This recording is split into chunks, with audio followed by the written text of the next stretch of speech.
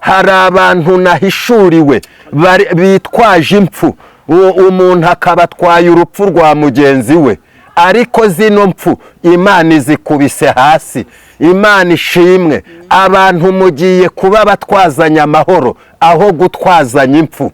Mu biganza byawe jugunya urupfu, mu biganza byawe niwakira amahoro uyatwaze mugenzi wawe. Wari Imana ije kugukuraho amashako mabi, hari Imana ije kuguha amashako meza, hari Imana ije guhindura ibintu mu rugo, hari Imana ije guhindura ibintu mu cyumba, hari Imana ije guhindura. Haleluya, haleluya.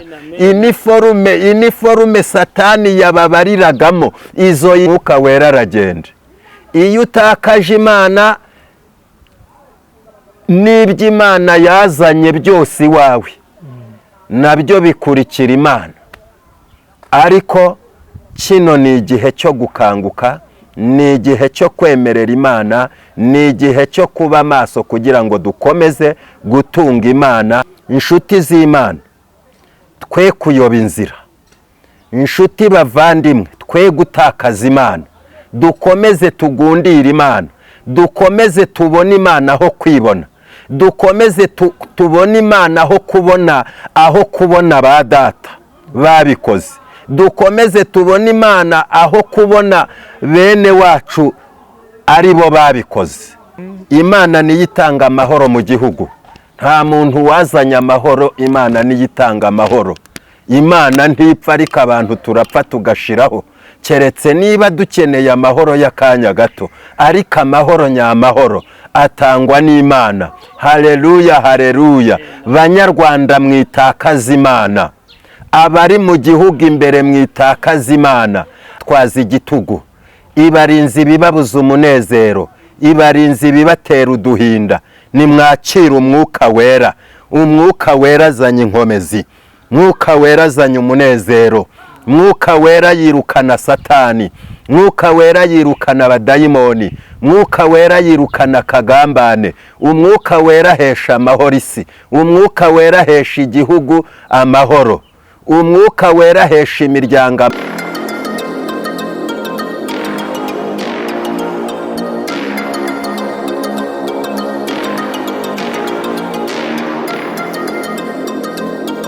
Reka dusenga Imana. Mana data wa twese, Imana yumva gusenga kandi Imana yumva abayitakira kubw'imitima yabo no kubw'akarengane Satani akomeza kubazanaho.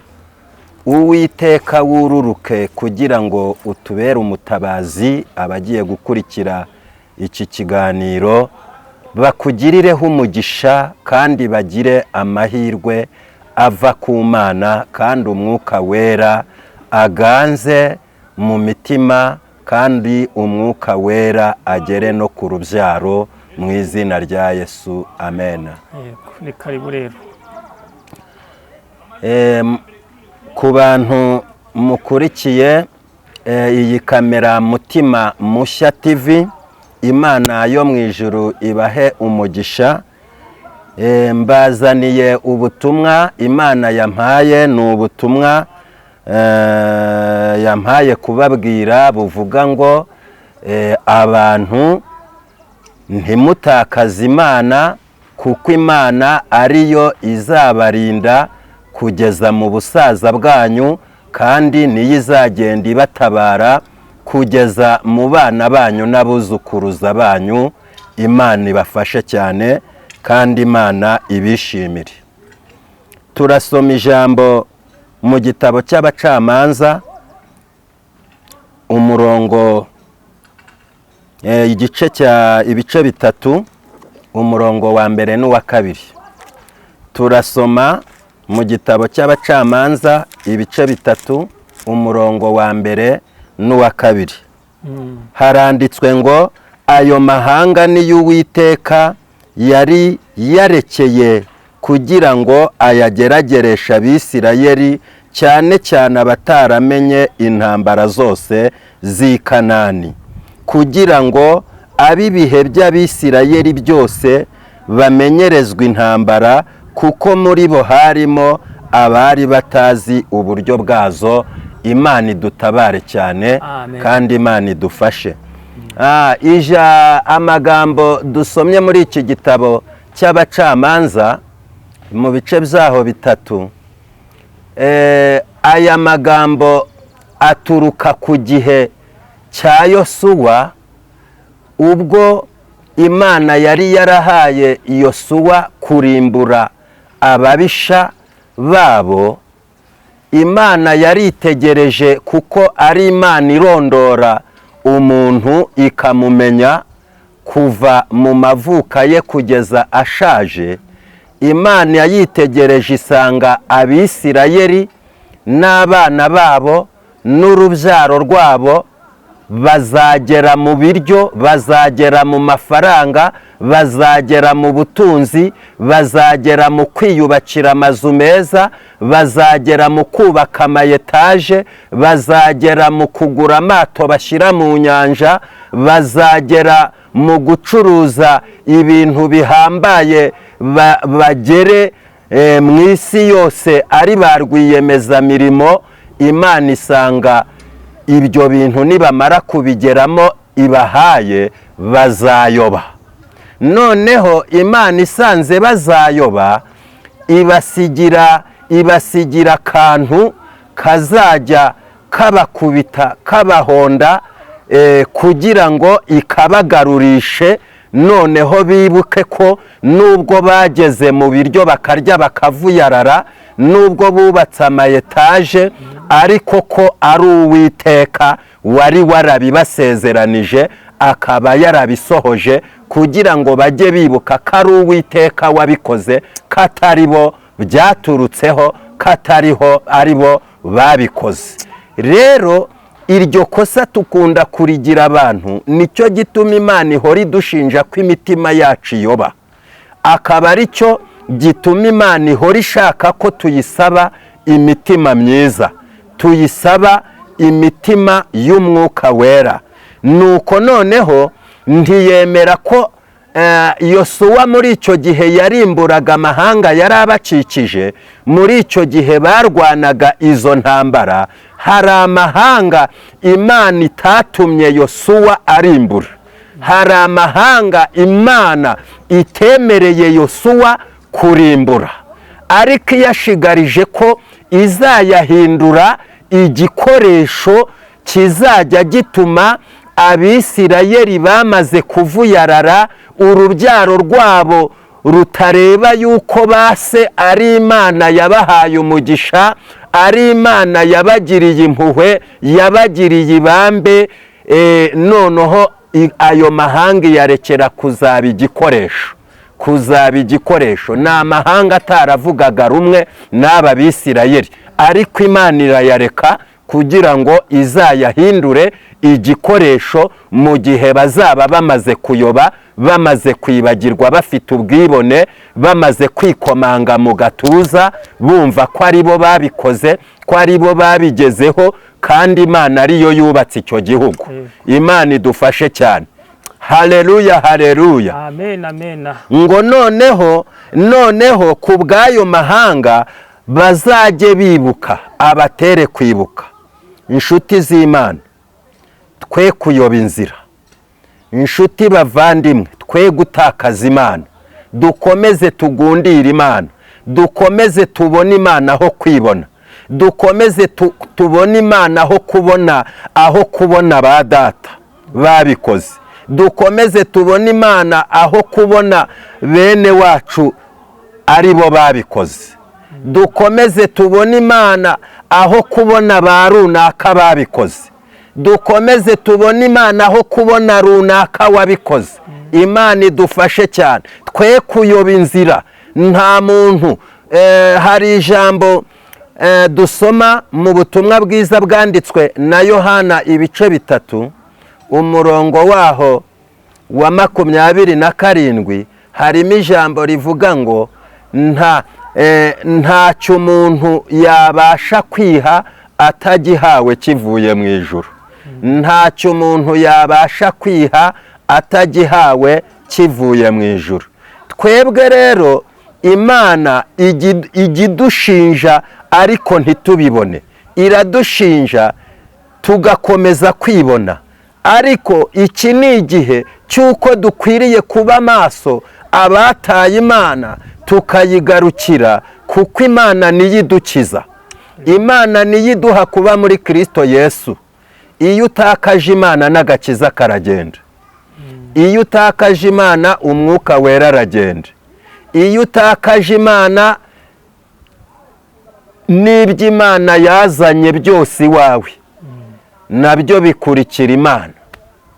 Ariko kino ni igihe cyo gukanguka, ni igihe cyo kwemerera imana, ni igihe cyo kuba maso kugira ngo dukomeze gutunga imana, kandi imana idufashe, imana idutabare cyane.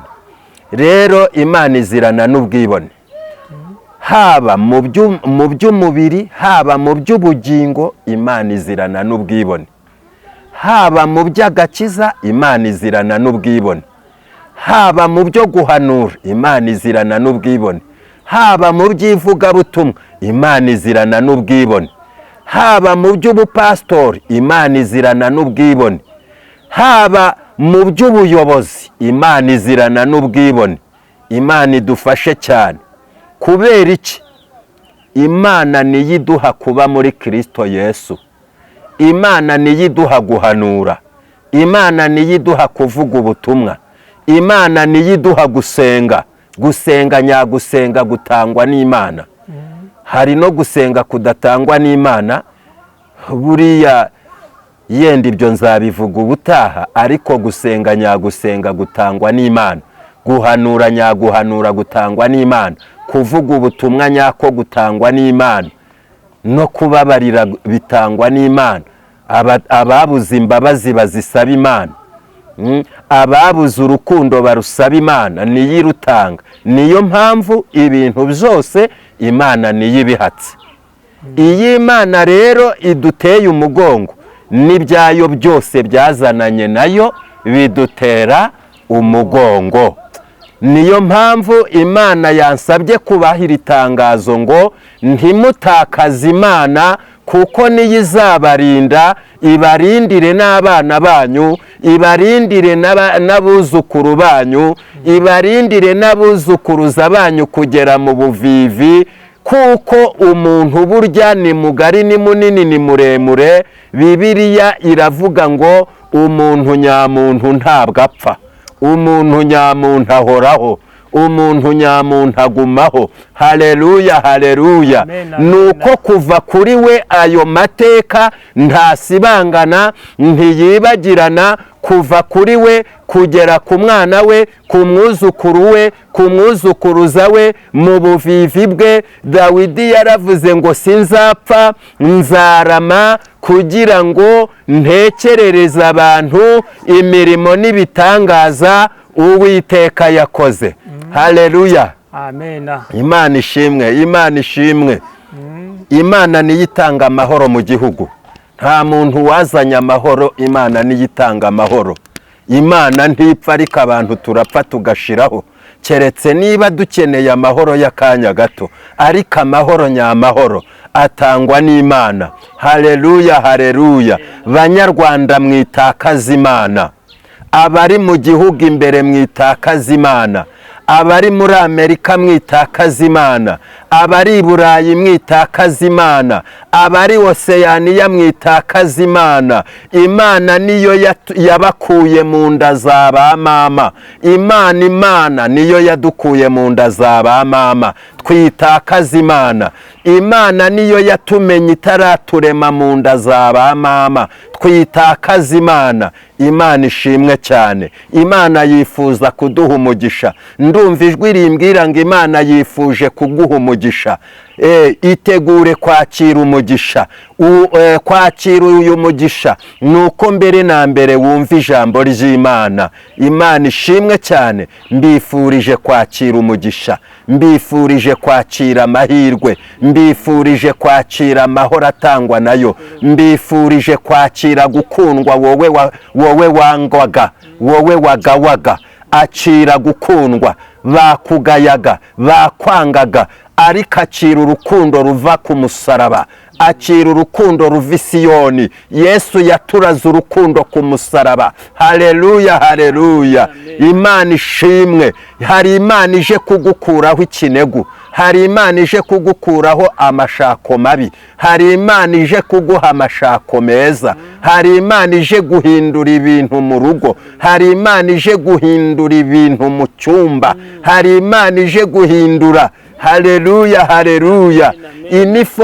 Iniforume Satani yababariragamo, izo inifomu Satani yababariragamo, Imana irambwiye ngo irazibambuye. Mugiye guhabwa iniforume ivuye ku Mana, iniforume ziheshanya amahoro, iniforume zitabuzanya amahoro, iniforume zitagambanirana, iniforume zidaterana amatiku, iniforume zidatezanya impfu.